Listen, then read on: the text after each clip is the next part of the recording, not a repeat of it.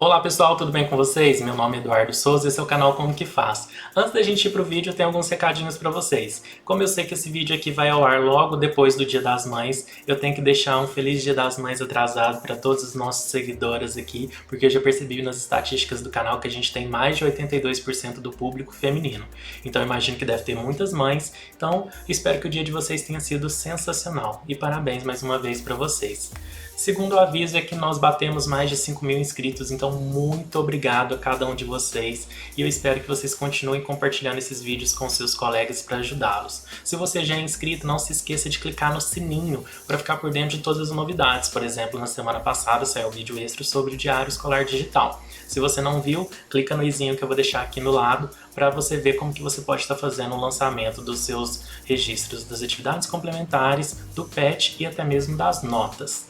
Terceiro aviso que na verdade eu sempre falo em todos os vídeos, tem muita gente que assiste nos nossos vídeos aqui no canal e não é inscrito. Então se inscreva, não custa nada, né? Deixa o seu gostei aqui para ajudar, compartilha com seus colegas, vamos continuar aumentando o nosso público e compartilhando essas informações para que todos os professores fiquem craque nessa parte de tecnologia durante esse ano. Combinado? Bom, e no vídeo de hoje a gente vai dar seguimento aos nossos vídeos sobre o Google Formulários. Para quem está criando aí provas, exercícios, hoje eu vou mostrar para vocês sobre os tipos de questões. No primeiro vídeo eu falei de configurações para deixar ele um pouco mais seguro. Se você não viu, eu também vou deixar aqui no izinho, aqui no canto. E no vídeo de hoje eu vou mostrar para vocês todos os tipos de perguntas possíveis que nós temos. Quer saber como que faz? Então, roda a vinheta.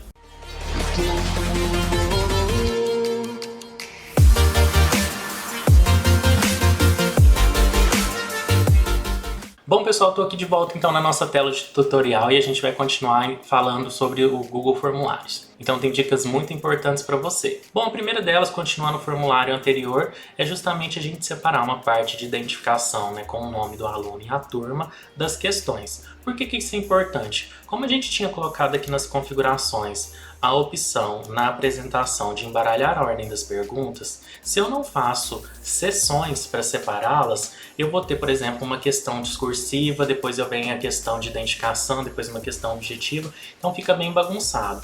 Esse embaralhar a ordem das perguntas ocorre dentro de cada uma das seções. Então vou deixar essa opção marcada, porque é importante até para a questão de segurança da prova, como a gente falou no vídeo anterior. Vou clicar em salvar e vou criar uma nova seção. Como que eu faço isso? Eu venho aqui nesse ícone e clico em adicionar seção. Agora eu posso inclusive identificar as minhas seções. Então essa aqui pode ser a de questões discursivas e essa primeira aqui pode ser a de identificação do aluno. Dessa forma fica mais fácil dele entender que aquela seção ali é só para ele poder se identificar. Com isso eu pego as perguntas que ficaram aqui embaixo e arrasto elas, basta eu segurar e trazer para a seção de cima e faço a mesma coisa com essa pergunta. Pronto, então agora eu tenho na identificação do aluno, seção 1, somente duas perguntas que não valem nenhum ponto, porque não é avaliativo. Aqui nas questões discursivas, então, a gente vai começar com os tipos de questões que nós temos. Para isso, basta eu vir aqui em mais, adicionar uma pergunta, e eu vou colocar primeiramente uma pergunta de resposta curta, por exemplo. Então coloquei qual é o seu estado e vou selecionar resposta curta. Qual que é a diferença de resposta curta e resposta parágrafo, vocês me perguntam? O nome mesmo já fala, só que tem uma outra diferença que muita gente não sabe. Na resposta curta eu posso atribuir um gabarito e ela entra nas correções automáticas que o formulário pode fazer para nós. Como que eu faço isso? Eu venho aqui em respostas corretas e vou colocar aqui, ó, o padrão de respostas que eu vou aceitar. Como eu sou professor da Rede Pública Estadual de Minas Gerais, eu vou colocar então Minas Gerais. Acho que os alunos talvez respondam também a sigla MG. E vai que eu sou um professor aí, gente boa, vou considerar com letras minúsculas também. Pronto, então coloquei tudo que eu aceito. Fora isso, tá errado. Se você concorda comigo, você vai clicar nessa opção e as outras alternativas todas já são consideradas erradas. Agora, se você ainda quer rever para ver o que o aluno colocou, porque às vezes ele errou uma letrinha, você pode deixar esse aqui desmarcado e você tem que rever antes de liberar a nota, combinado? Como vocês tinham visto no vídeo anterior, se você não viu, eu vou deixar no izinho aqui no canto, eu já predefini o meu formulário para atribuir a nota de 1 ponto automaticamente. Então, ó, eu não vou ter mais esse trabalho. Clico agora em concluído e eu já tenho a minha primeira pergunta de resposta curta. Se eu quiser fazer uma pergunta parecida, eu posso usar a opção de duplicar. Se eu errei aquela pergunta, eu posso excluir. Como vocês também viram no vídeo anterior, as minhas preferências já deixaram todas as perguntas como obrigatórias, para que o aluno não esqueça de responder uma pergunta ou outra. Aqui nas 3 bolinhas eu posso colocar ainda uma descrição, orientando o aluno como responder, mas nesse caso aqui não precisa. E a opção validação de resposta é quando você quer que o aluno preencha dentro de um padrão, por exemplo, somente com letras maiúsculas, ou um número de celular, algum tipo de padrão, por exemplo, um padrão de um e-mail, que eu acho que não é o caso para as nossas provas. Bom, vou para o segundo tipo, então, duplicando essa questão para ficar mais fácil, né? Vamos economizar tempo. Então aqui ele já pegou basicamente os mesmos dados e eu vou alterar essa pergunta agora para uma resposta de parágrafo. É lógico que com essa pergunta eu não consigo fazer um parágrafo. Olha só, coloquei aqui uma pergunta, né? Conte com as suas palavras como foi em Confidência Mineira. Então a gente pressupõe que o aluno vai fazer um textinho. Então eu deixo aqui resposta longa e aqui, ó, eu não tenho mais aquela opção de colocar o que é correto e o que é errado, já que é um parágrafo, não dá para você colocar ali o parágrafo que aquele aluno vai responder, tá bom? Os pontos já estão automáticos, como eu falei para vocês, e minha pergunta então está prontinha. Bom, as minhas questões discursivas finalizaram, então agora eu vou criar uma nova seção para as minhas questões objetivas. Basta eu vir aqui em adicionar seção e eu vou colocar aqui então questões objetivas. Não vou colocar nenhuma descrição e já vem em adicionar pergunta. Para questões objetivas eu tenho vários tipos, inclusive vou começar com a de múltipla escolha. Vou colocar as questões básicas só para vocês terem mais ou menos uma noção de como que funciona. Primeira delas, aqui, quanto é 2 mais 2? Opções 2, 3, 4 e 5. Eu já fiz aqui. Se eu quiser por acaso mudar a ordem, eu posso alternar aqui, ó, simplesmente arrastando.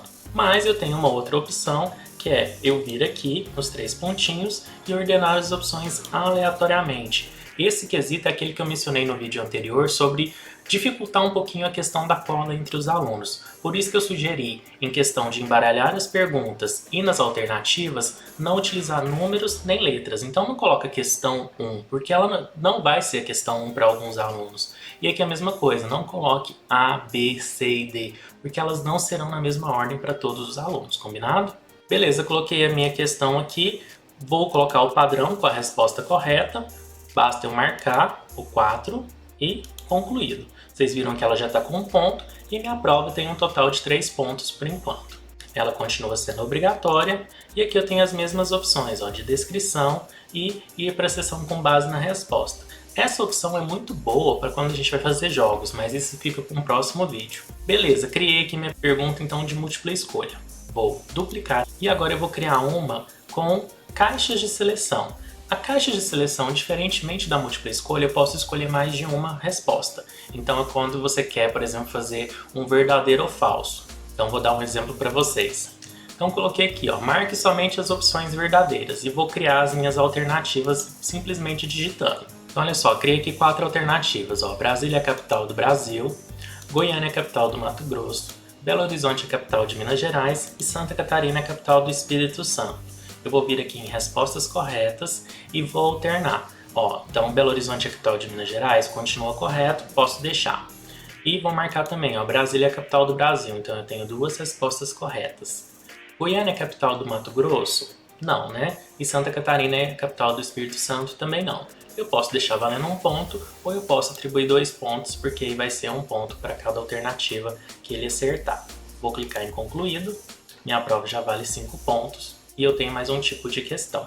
Vamos ver como que aparece para o aluno? Até agora a gente não viu. Basta eu vir aqui nesse ícone do visualizar e aqui eu tenho a minha prova. Então a primeira parte, como eu falei para vocês, ficou sendo a identificação do aluno. Aqui já coletando um e-mail como a gente tinha marcado, vai selecionar a turma. Percebam que a turma que veio como primeiro, não o nome, ou seja, a função de embaralhar as questões estão funcionando. Vou colocar aqui o meu nome. Essa aqui é a barra de progresso, mostrando que a gente tem 3 sessões. Então essa também é uma opção bem interessante para mostrar para o aluno o tamanho da prova. Cliquei em próximo, entrei nas questões discursivas. Percebam novamente que aqui também embaralhou as perguntas, sendo que conte com as suas palavras como foi em Confidência Mineira, ficou sendo a primeira e o seu estado ficou sendo a segunda. Vou colocar aqui qualquer coisa só para poder passar para frente e vocês verem os próximos tipos de perguntas. E agora a gente entra nas questões objetivas. Novamente ele embaralhou as questões e colocou a minha segunda opção como sendo a primeira e vice-versa. Por isso, não identifique suas questões com números. Questões de múltipla escolha são essas que o aluno só pode marcar uma única alternativa. E se vocês repararem aqui, ele também embaralhou as alternativas. Já as questões de caixa de seleção, você pode escolher quantas você quiser, tá? Então, aqui fica a critério do aluno, sendo que ele tem que responder pelo menos uma para passar adiante.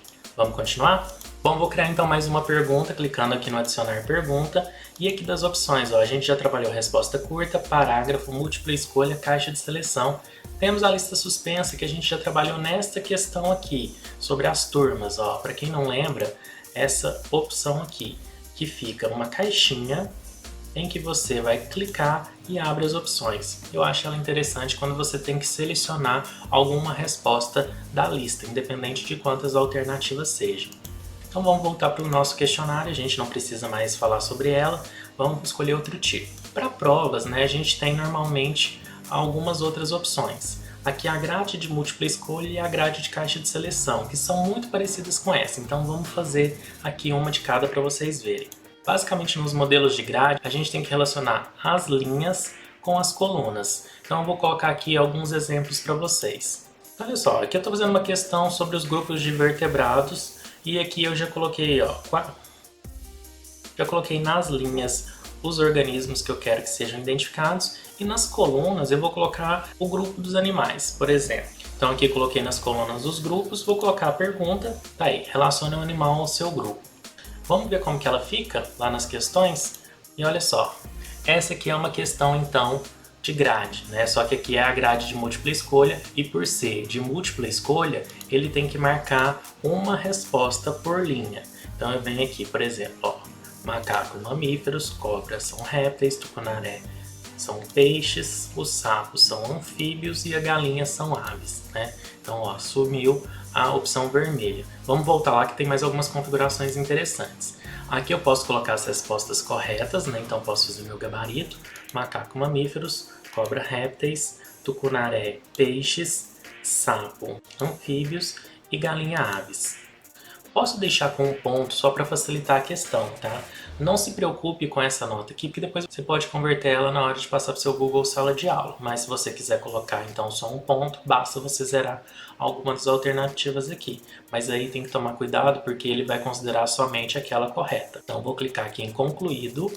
E olha só, ele já está como padrão, como eu precisava, que essa pergunta fosse obrigatória, exigir uma resposta em cada linha. Mas eu também posso vir aqui nos 3 pontinhos, e limitar uma resposta por coluna, de forma que o aluno não consiga marcar, por exemplo, 2 mamíferos ou 2 aves, o que teoricamente ajudaria ele, mas por experiência eu sei que acaba atrapalhando, porque ele costuma falar que não está conseguindo marcar, porque é a resposta incorreta. Então vou mostrar para vocês a diferença.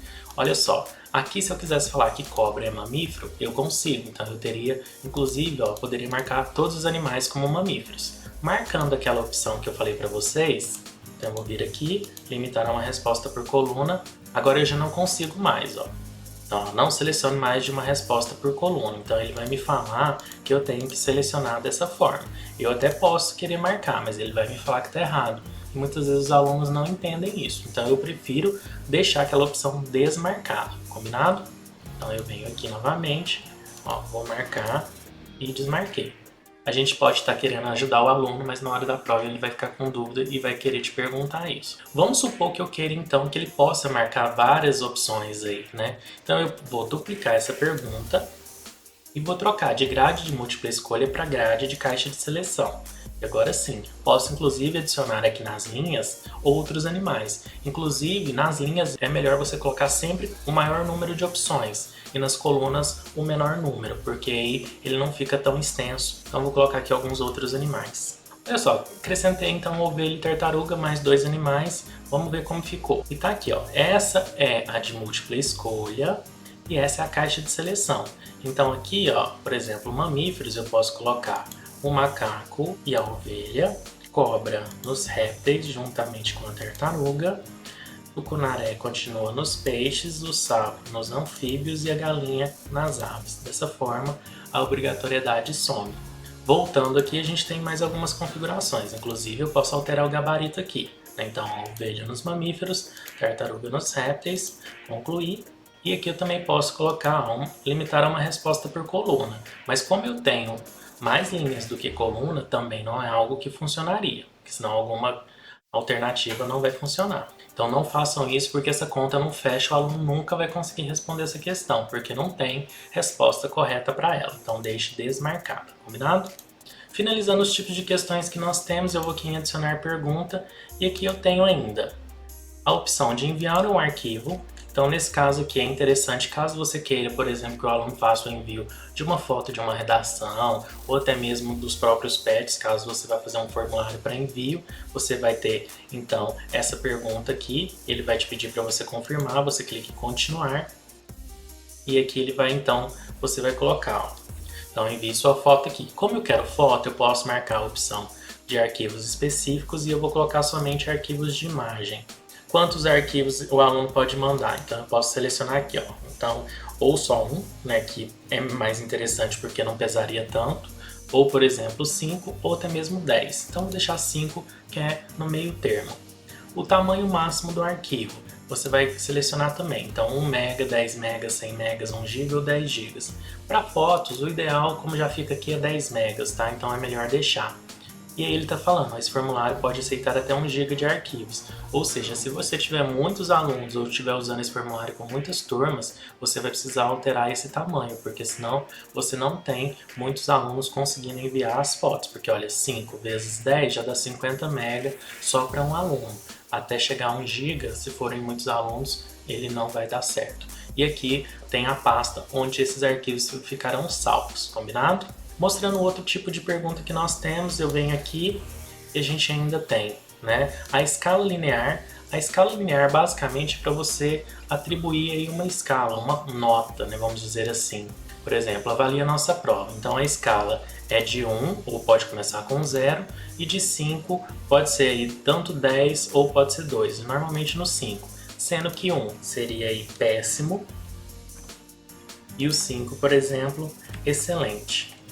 Então ele vai ter que avaliar a prova nessa escala. Vamos ver como ficam esses dois tipos de questões?